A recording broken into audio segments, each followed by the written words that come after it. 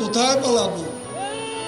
পালাবো না, প্রয়োজনে ফখরুল সাহেবের বাসায় গিয়ে উঠবো। ছাত্র জনতার গণঅভ্যুত্থানের পর গেল ৫ আগস্ট প্রধানমন্ত্রীর পদ থেকে পদত্যাগ করে ভারত পালিয়েছেন বাংলাদেশের সাবেক প্রধানমন্ত্রী শেখ হাসিনা। তখন থেকেই আলোচনায় আছেন দলটির সাধারণ সম্পাদক ওবায়দুল কাদের।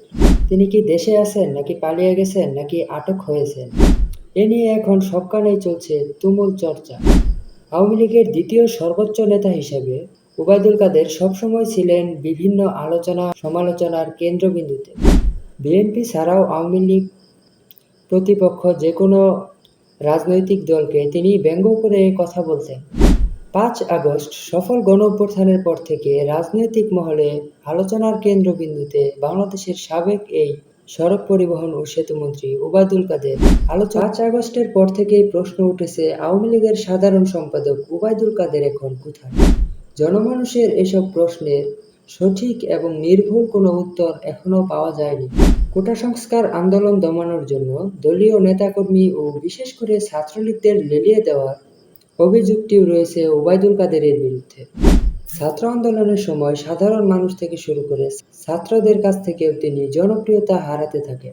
আওয়ামী লীগের বিভিন্ন পর্যায়ের অভিমত আন্দোলন নিয়ে একের পর এক প্রশ্নবিদ্ধ মন্তব্য করে আওয়ামী লীগকে ঝুঁকিতে ফেলেন ওবায়দুল কাদের।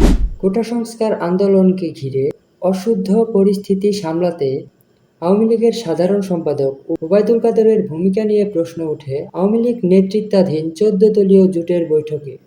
২৯ জুলাই বিকেলে গণভবনের এক বৈঠকে তৎকালীন প্রধানমন্ত্রী শেখ হাসিনাকে এ বিষয়ে কাদেরের সমালোচনায় মুখর হন এসব নেতারা। তবে আওয়ামী লীগের সাধারণ সম্পাদক ওবায়দুল কাদের এখন কোথায় আছেন সেটি জানা যায়নি।